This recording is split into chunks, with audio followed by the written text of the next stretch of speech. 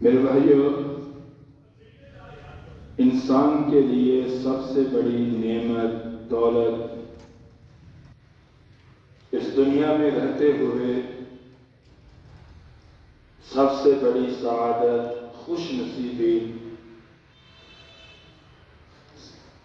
حضور صلی اللہ علیہ وسلم کی محبت ہے، جس انسان کو نصیب ہو جائے۔ اور جو انسان حضرت محمد مصطفیٰ صلی اللہ علیہ وسلم سے محبت کرتا ہے، اس انسان کی کل کائنات، کل دنیا، کل زندگی حضور صلی اللہ علیہ وسلم کی محبت ہوتی ہے، اور اس کے علاوہ کچھ بھی نہیں۔ اور وہ لوگ حضور سے اتنی محبت کرتے ہیں کہ حضور کی شان میں تھوڑی سی بھی کمی اور کوتاہی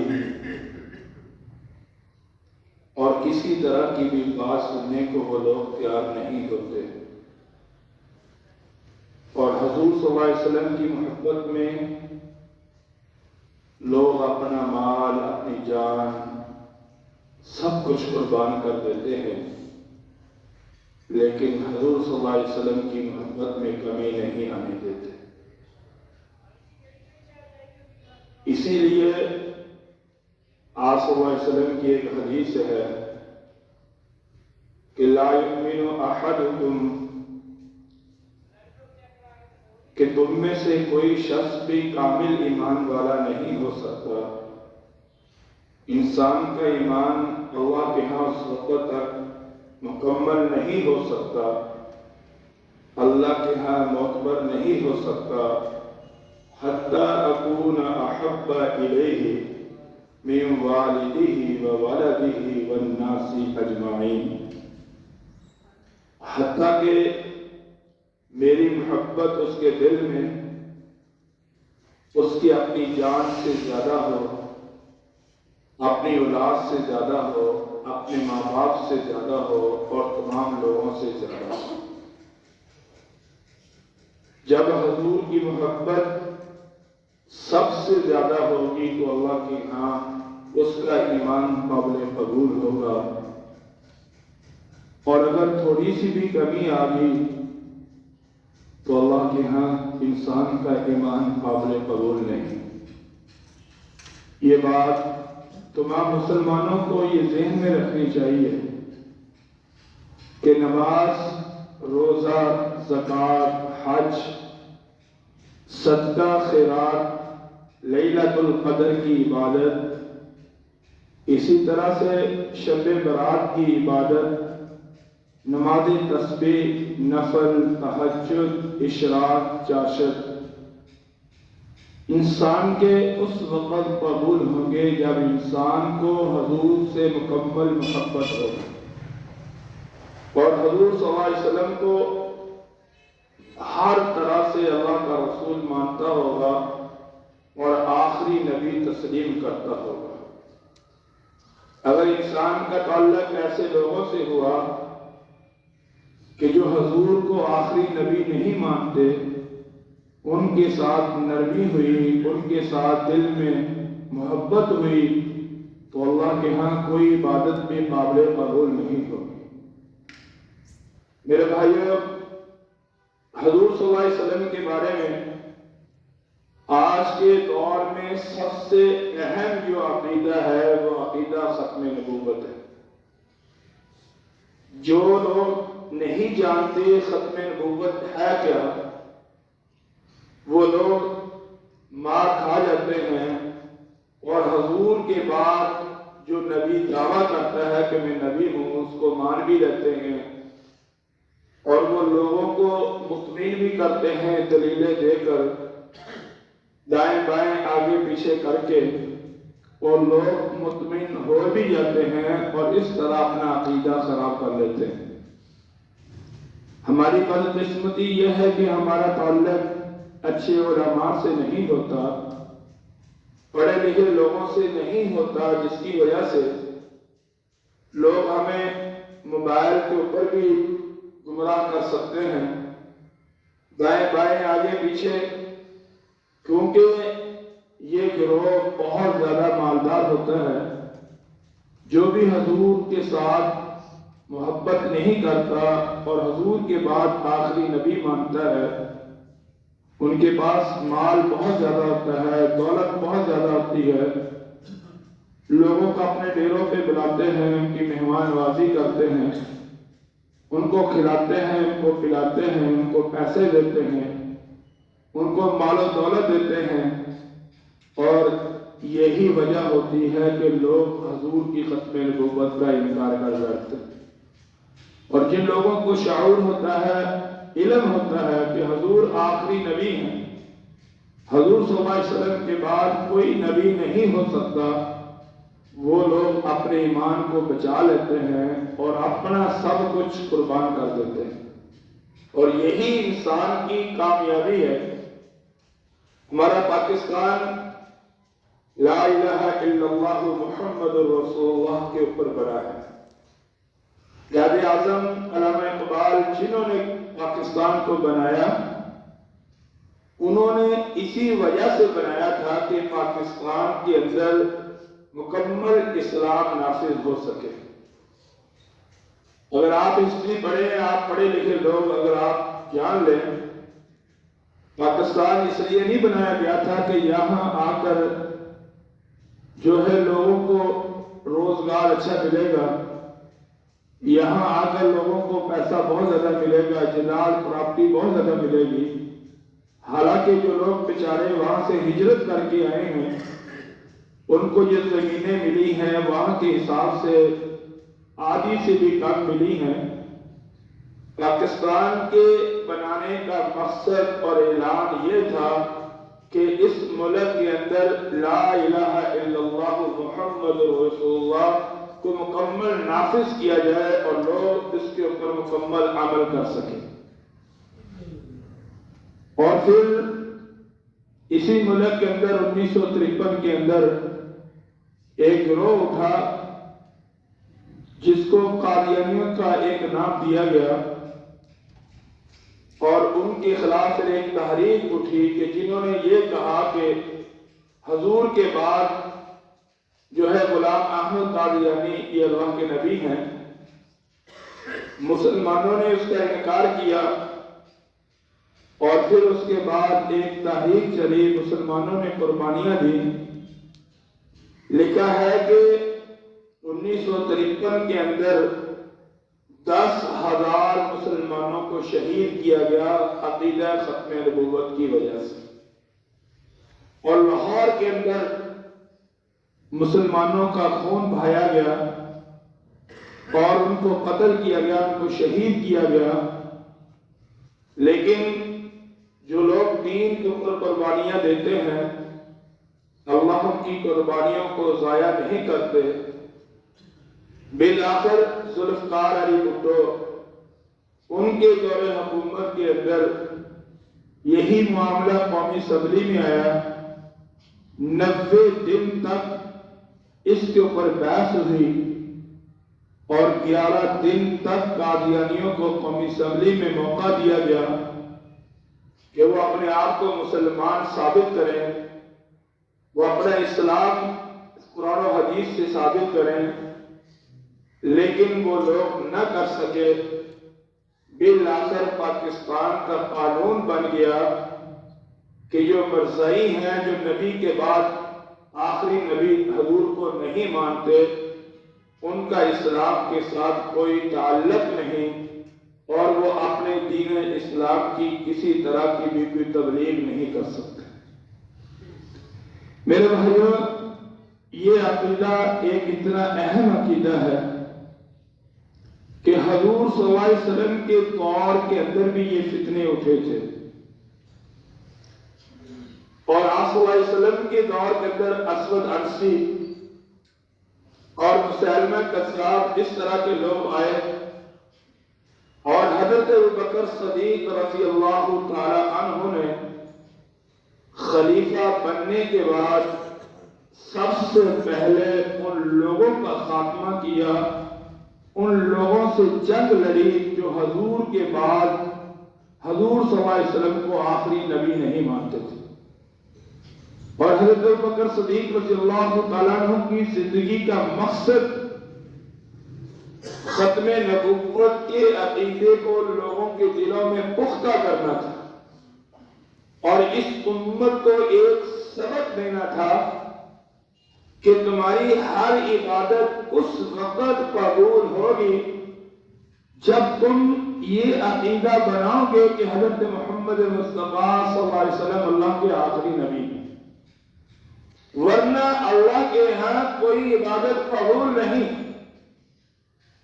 اور حضرت ابوبکر صدیق رضی اللہ تعالیٰ عنہ مسیلمہ کذاب جو اس وقت یمن کے اندر رہتا تھا اور ایک صحابہ کا بہت بڑا لشکر تیار کیا ہے تو ابوبکر صدیق نے، اور اس لشکر کے اندر خود جانے لگے تھے۔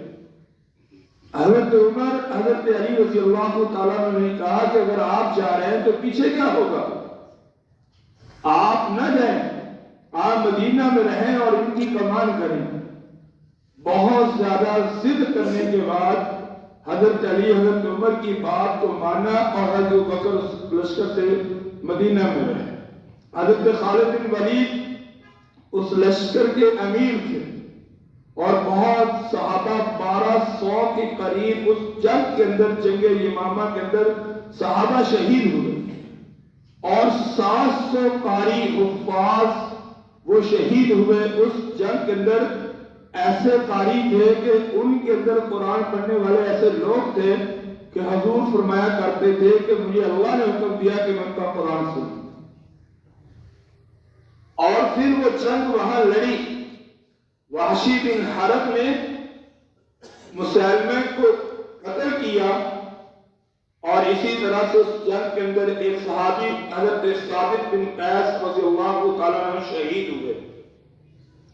ان کا واقعہ لکھا ہے کہ جب وہ شہید ہو گئے تو کسی صحابی کے خواب میں آتے ہیں کہ کہتے ہیں کہ جاؤ، جو لشکر کے امیر ہیں خالد بن ولید، ان کو میری طرف سے 2 باتوں کی نصیحت کر دینا۔ پہلی بات یہ ہے کہ میرا اسلحہ ہے جو بھی ہے، یہ حضرت ثابت بن قیس رضی اللہ تعالیٰ عنہ کی ایک کرامت تھی جو اللہ نے ان کے شہید ہونے کے بعد اس امت کے اوپر ظاہر کی کہ میرا جتنا اسلحہ ہے، سامان ہے، وہ فلانی جگہ جو ہے لوگوں نے چھپا دیا ہے، آپ وہاں سے اٹھا سکتے ہیں۔ نمبر 2، آپ نے مدینہ جا کر ابو بکر کو میرا سلام کہنا ہے، اور اللہ نے مجھے عقیدہ ختم نبوت کی وجہ سے کامیابی عطا فرما دی ہے، لیکن میں نے فلانے آدمی کا قرض دینا ہے، ابو بکر کو کہنا کہ میری طرف سے وہ قرض ادا کر دے۔ اتنی بڑی قربانی دینے کے بعد، شہادت کے بعد، حضور کی محبت میں قربان ہونے کے بعد، اپنا تن من قربان کرنے کے بعد، اور اپنے آپ کو اللہ کے راستے میں شہید کرنے کے بعد بھی حقوق العباد کا اتنا خیال کیا جا رہا ہے کہ میں نے فلانے کا قرض دینا ہے اور میری طرف سے ابو بکر کو کہنا کہ وہ قرض ادا کر دیا جائے۔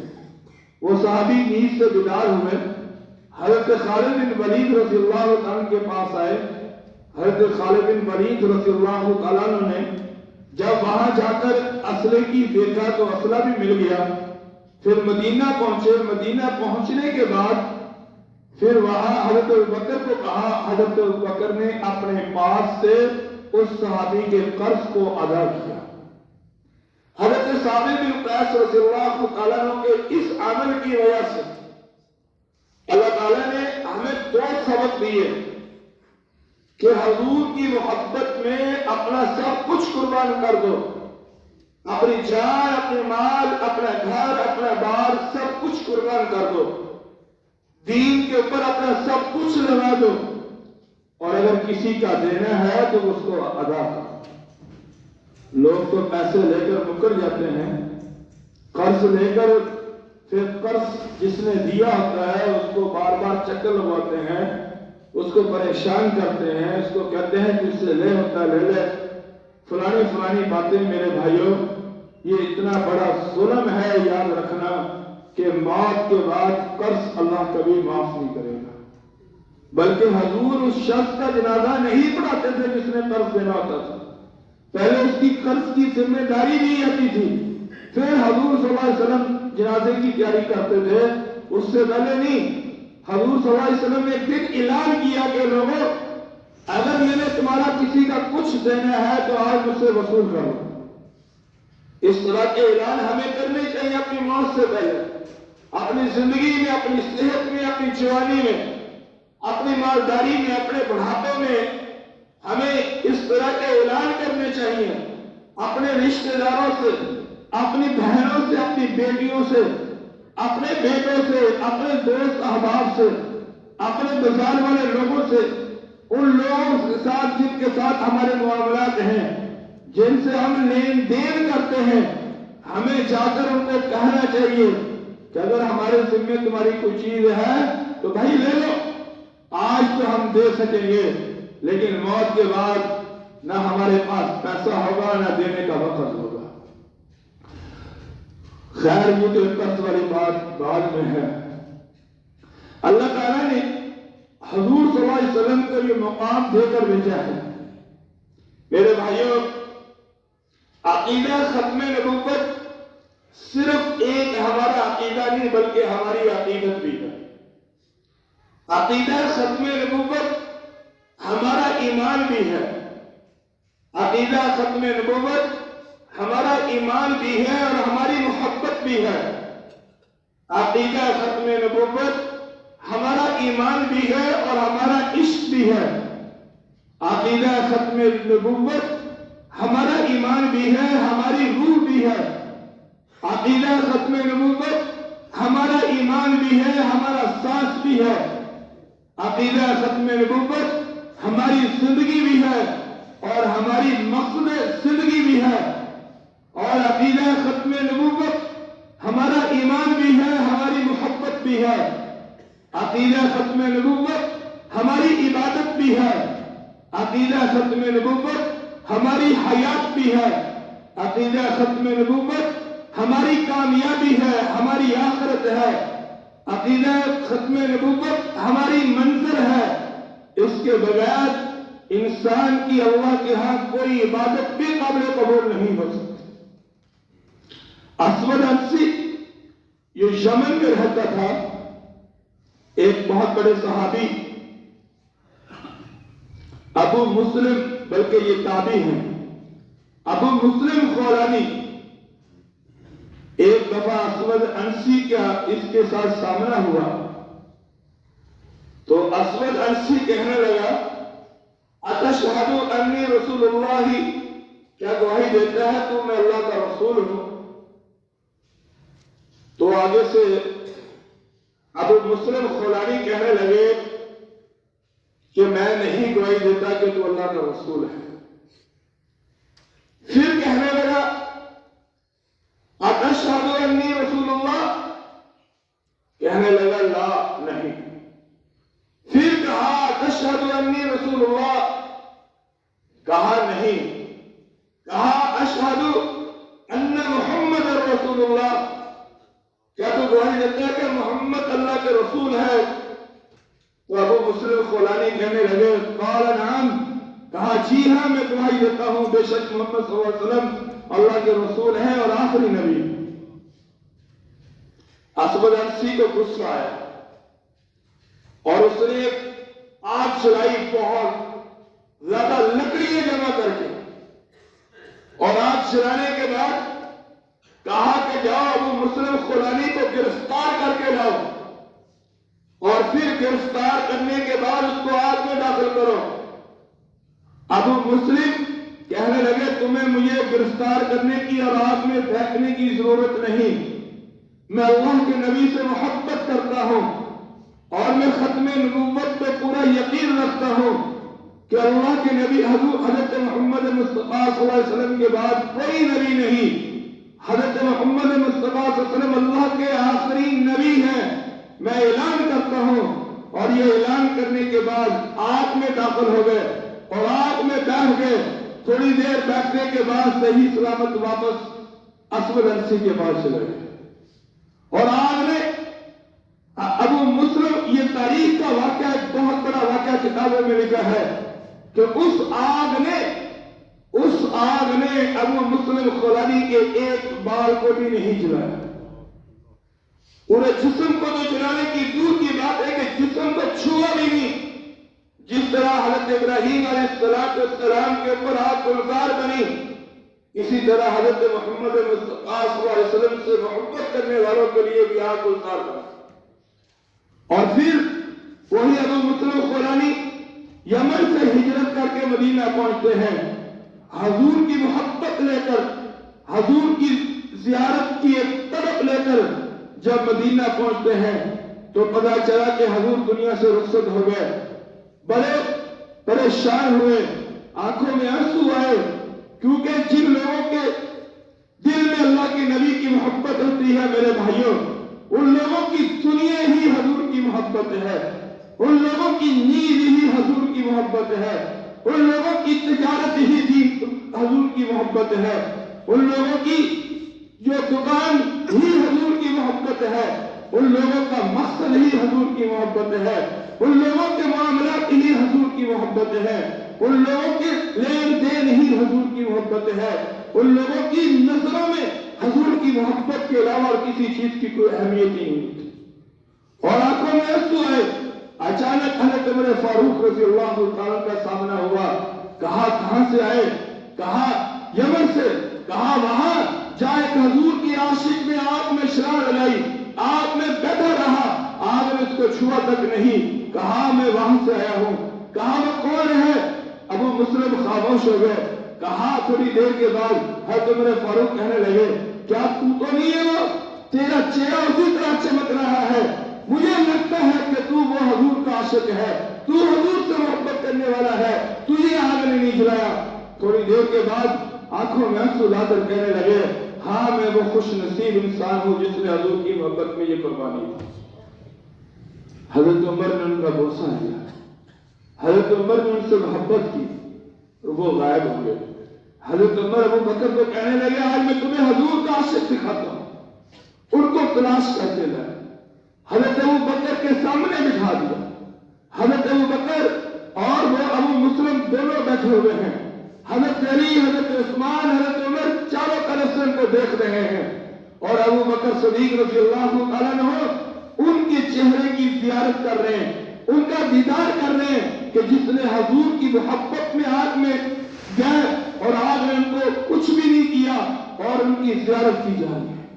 میرے بھائیوں، مت کوئی رشتہ ہمارے درمیان میں حضور کی محبت کا ہے، مت کوئی ایسی بات آئے کہ جو وہ چیز ہمیں حضور سے دور کر دے.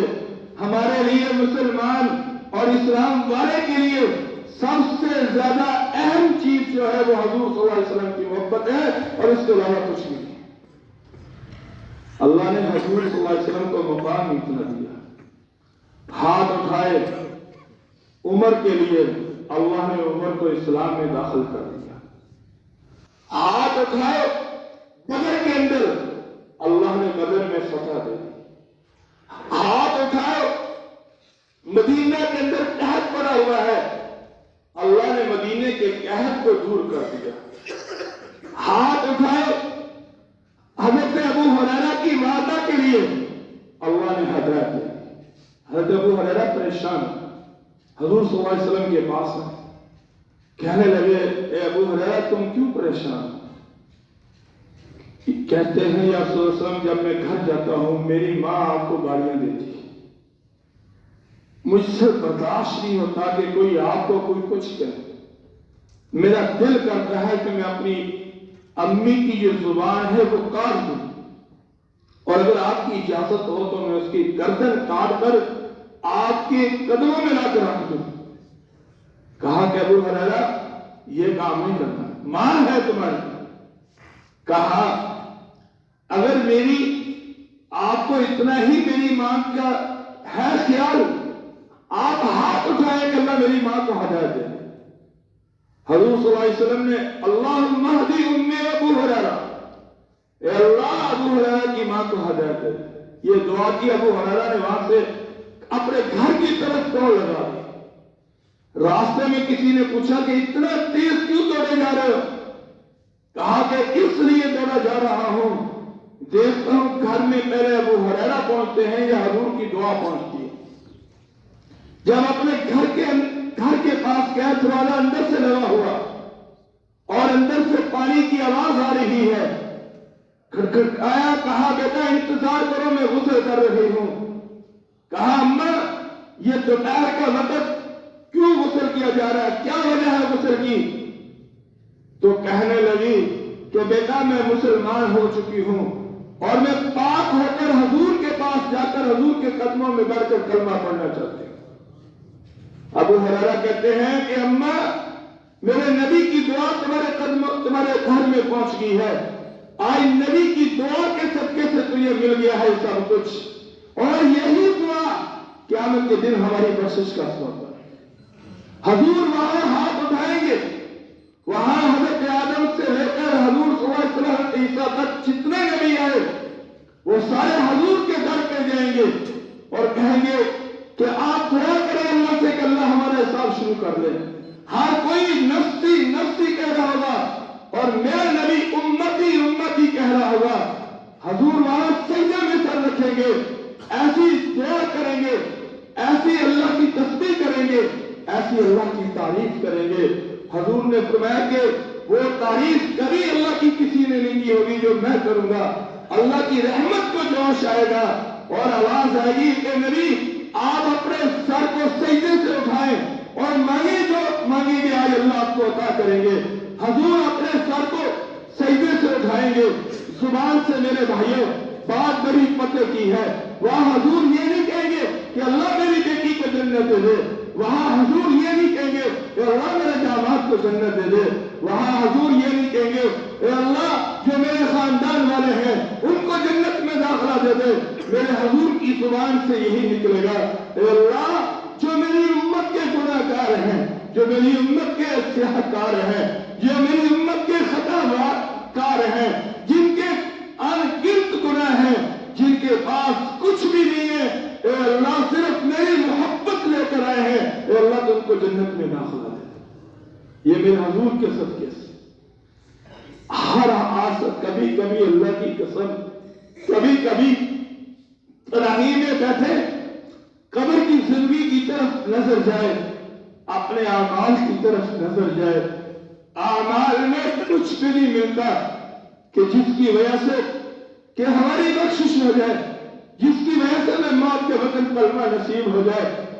اعمال میں کچھ بھی نہیں ملتا کہ کامیابی مل جائے گی، اعمال میں کچھ بھی نہیں ملتا کہ دائیں ہاتھ میں نیا اعمال مل جائے گا، اعمال میں کچھ بھی نہیں ملتا کہ کچھ نہ کچھ قبر میں روشنی آ جائے گی، اعمال میں کچھ بھی نہیں ملتا کہ وہاں میدان محشر میں کھڑے ہو کر اللہ کے سامنے اپنی زندگی کا حساب دے سکیں گے۔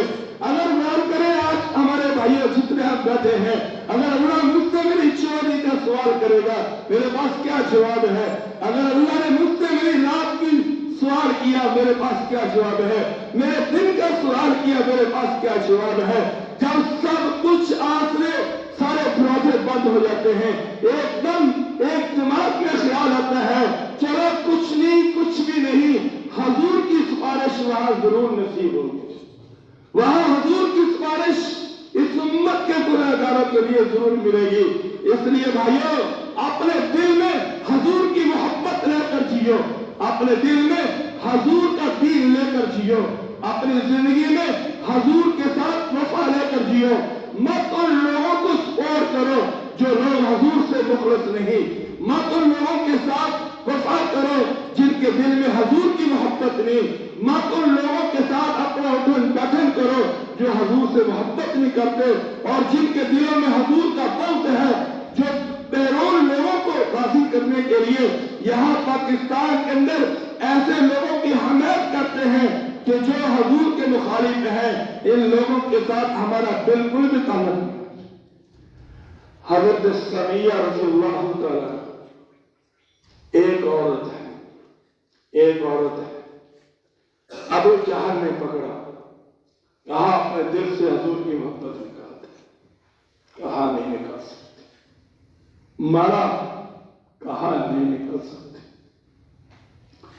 جب ایک پاؤں کے ساتھ رسا باندھا اور ایک اونٹ ادھر کھڑا کر دیا، دوسرے پاؤں کے ساتھ رسی باندھی، دوسرا اونٹ ادھر کھڑا کر دیا، میرے بھائیو دین قربانی مانگتا۔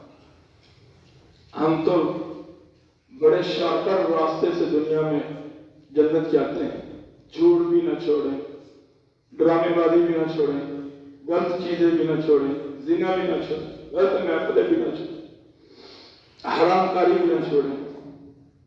ایک پاؤں ادھر ایک ادھر، اس اونٹ کے پاس ایک آدمی کھڑا کر دیا، اس اونٹ کے پاس دوسرا آدمی کھڑا کر دیا، خود تلوار لے کر حضرت سمیہ کے جسم کے اوپر کھڑا ہو گیا، کہا کہ اتنا کہہ دے کہ مجھے حضور سے محبت نہیں، تیری جان بخش دی۔ کہا نہیں کہہ سکتے، کہا نہیں کہہ سکتے۔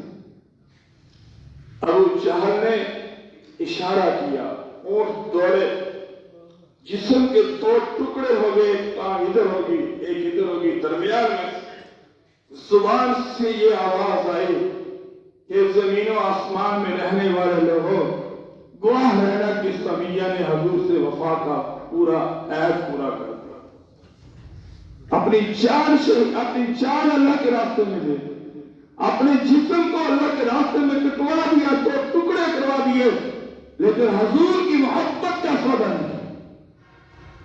یزید بن حبیب، حضور صلی اللہ علیہ وسلم کے پاس مسیلمہ کذاب کا خط آیا، اس میں لکھتا ہے کہ میں آپ کو نبی ماننے کے لیے تیار ہوں، لیکن میری ایک شرط ہے کہ جہاں میں رہتا ہوں یمن کے اندر، وہاں میں نبی ہوں گا، باقی آپ نبی رہیں، اور میرے ساتھ معاہدہ کر لیں، ہمارا لڑائی جھگڑا ختم ہو جائے گا۔ حضور نے وہ خط پڑھا اور کہا کہ لانے والوں کو اگر قاصدوں کو قتل کرنا جائز ہوتا تو میں تمہیں قتل کر دیتا، لیکن نہیں۔ حضور نے کہا کہ مسیلمہ کذاب جھوٹا ہے، اور ایک پرچی کے اوپر لکھ کر کہا کہ کون اس کو دے کر آئے گا۔ یزید بن حبیب، جس کی عمر 18 برس کے قریب تھی، مدینہ کے اندر اپنے سر کے اوپر ایک کھجوروں کا ٹوکرا لے کر بیچا کرتا تھا، وہ ایک دم کھڑا ہو گیا اور کھجوریں زمین پر بکھر گئی، کہا کہ میں یہ خط لے کر جاؤں گا، کہا راستہ بڑا مشکل ہے، حضور سے محبت تمہیں سود سے دور کرے گی، حضور سے محبت تمہیں مسجد کے قریب لائے گی، حضور سے محبت تمہیں قرآن کے قریب لائے گی، حضور سے محبت تمہیں زنا اور فراق سے دور کرے گی۔ اگر حضور سے محبت ہے تو 2 نمبر کام چھوڑنے پڑیں گے، اگر حضور سے محبت ہے تو پوری سنت کے مطابق زندگی گزارنی پڑے گی۔ حضور نے کہا یزید بن حبیب راستہ بڑا مشکل ہے، کہا کوئی پرواہ نہیں۔ ساتھیوں نے کہا کہ آپ کھجوریں دائیں بائیں کر دیتے، کہا جاتی ہے جائیں اٹھاؤ کھاؤ، اگر میں کھجوروں کا صاحب لگانا شروع کر دیتا تو شاید یہ ثابت کوئی اور لے جاتا، اس لیے خط آپ مجھے دیں۔ خط لے کر یمن پہنچے، مسیلمہ کے دربار میں پہنچے، مسیلمہ کو خط دیا، مسیلمہ کو پڑھنا نہیں آتا تھا، ایک کو بلایا، کہا مجھے پڑھ کر سناؤ، اس کے اوپر لکھا تھا کہ مسیلمہ کذاب ہے، جھوٹا ہے۔ جب یہ پڑھا مسیلمہ کو غصہ آ گیا، اب اپنی عزت بچانے کے لیے، اپنی عزت لوگوں کے سامنے بچانے کے لیے اس نے یزید بن حبیب کو کہا کہ تو کہے کہ میں سچا ہوں، میں اللہ کا نبی ہوں۔ کہنے لگا مجھے سن نہیں رہا یہ کیا کہہ رہا ہے، کہا تو کہے کہ میں سچا ہوں، میں اللہ کا نبی ہوں، کہا مجھے سن نہیں رہا، کہا تو کہے کہ میں اللہ کا نبی ہوں، میں سچا ہوں، کہا مجھے نہیں سن رہا، کہا تو کہے کہ محمد صلی اللہ علیہ وسلم اللہ کے نبی ہے، کہا ہاں میں کہتا ہوں محمد صلی اللہ علیہ وسلم اللہ کے نبی ہے اور آخری نبی۔ مسلمان کو غصہ آیا، ایک تلوار نہیں میرے بھائیوں، صحابہ کی اللہ کی قسم ان کی داستانیں پڑھو رونا آتا ہے۔ جب میں آج جمعے کی تیاری کر رہا تھا میری آنکھوں میں آنسو تھے کہ یار کیسے قربانی دی ان لوگوں نے، کیسے دین کے لیے اپنے آپ کو قربان کروا دیا۔ وہ آدمی کھڑا ہوا، مسلمہ کذاب تلوار لے کر آیا، ایک انگلی جسم سے علیحدہ کر دی، کہا گواہی دے کہ میں اللہ کا رسول ہوں، کہا نہیں مجھے نہیں سن رہا، دوسری انگلی کاٹ دی، تیسری کاٹ دی، چوتھی کاٹ دی، پانچویں کاٹ دی، پورا ہاتھ کاٹ دیا، چھٹی کاٹ دی، ساتویں، آٹھویں، نویں، دسویں، پورا ہاتھ کاٹ دیا، کہا مجھے نہیں سن رہا، میں گواہی دیتا ہوں کہ محمد صلی اللہ علیہ وسلم اللہ کے رسول ہے، یہاں تک کہ گردن کٹوا دی، لیکن انہوں نے مسلمہ کو رسول نہیں مانا بلکہ یہ گواہی دی کہ محمد مصطفیٰ صلی اللہ علیہ وسلم اللہ کے رسول۔ اور وہ کن کے بیٹے تھے؟ ام عمارہ کے بیٹے تھے۔ ام عمارہ وہ عورت تھی جنگ احد کے اندر حضور کا جب اوپر ان کے حملہ ہوا، دشمن چاروں طرف سے آئے، ام عمارہ تلوار لے کر آئی، کسی نے کہا تمہارے 2 بیٹے شہید ہو گئے، کہنے لگی مجھے کوئی پرواہ نہیں۔ کسی نے کہا تمہارا خاون شہید ہو گیا، کہا مجھے کوئی پرواہ نہیں، فی الحال مجھے فکر ہے، حضور کی فکر ہے۔ اور حضور نے کہا کہ میں نے اپنی آنکھوں سے دیکھا، کبھی دائیں ام عمارہ آ رہی ہے، کبھی بائیں آ رہی ہے، کبھی آگے سے کبھی پیچھے سے ام عمارہ حضور کی حفاظت کے لیے آ رہی ہے۔ اور اس وقت یزید بن حبیب ام عمارہ کے پیٹ میں تھے۔ جب ام عمارہ کو پتا چلا کہ تمہارا بیٹا حضور کی ختم نبوت میں قربان ہو گیا تو سجدہ میں سر رکھا اور کہا کہ الحمدللہ میں نے اپنے بیٹے کو اسی دن کے لیے دودھ پلایا۔ اس لیے بھائیو اپنے نبی سے محبت کرو، اپنے نبی سے وفا کرو، اپنے نبی سے حد سے زیادہ محبت کرو، سب کچھ چھوڑ دو، مال دولت عہدہ ہر چیز اگر حضور کی محبت میں قربان ہوتی ہے جانے دو، ارادے بڑے کرو، بڑے پختہ ارادے لے کر حضور غزوہ خندق کے اندر پتھر پہ جب تلوار کے اوپر پتھر کے اوپر تلوار مار رہے تھے، کہا یمن بھی فتح ہوگا، کسرا بھی فتح ہوگا، ایران بھی فتح ہوگا، روم بھی فتح ہوگا۔ کسی نے کہا پیڑ پہ پتھر باندھے ہوئے ہیں، بھوکے ہیں، بھوک کی حالت میں کپڑے پھٹے ہوئے ہیں اور بڑے بڑے خواب دیکھے جا رہے ہیں، تو حضور صلی اللہ علیہ وسلم کے بعد حضرت عمر نے پھر سے یہ سارے علاقے فتح کرتے تھے۔ دین کے اوپر چلنا ہے، ایک ایسی شمع، ایک ایسا ارادہ لے کر چلنا ہے کہ ہم نے دین کے اوپر بلندیوں کے اوپر جانا ہے، دین میں ترقی کرنی ہے اور دین کی طرف لے کر ہر گھر ہر جگہ یہ چیزیں پہنچانی ہے، لوگوں کو قرآن کی تعلیم دینی ہے، لوگوں کو ختم نبوت کے بارے میں بتانا ہے، لوگوں کو حضور کی محبت کے بارے میں بتانا ہے، لوگوں کو اسلام کے بارے میں بتانا ہے، لوگوں کو دین کے بارے میں بتانا ہے، اور یہ ارادہ لے کر اپنے آپ کی زندگی گزارو اور انشاءاللہ اللہ نے اس کو پایا تکمیل تک پہنچانا ہے۔ بس دعا ہے اللہ تعالی ہم سب کو مکمل حضور کی محبت نصیب فرمائے۔ وآخر دعوانا الحمدللہ۔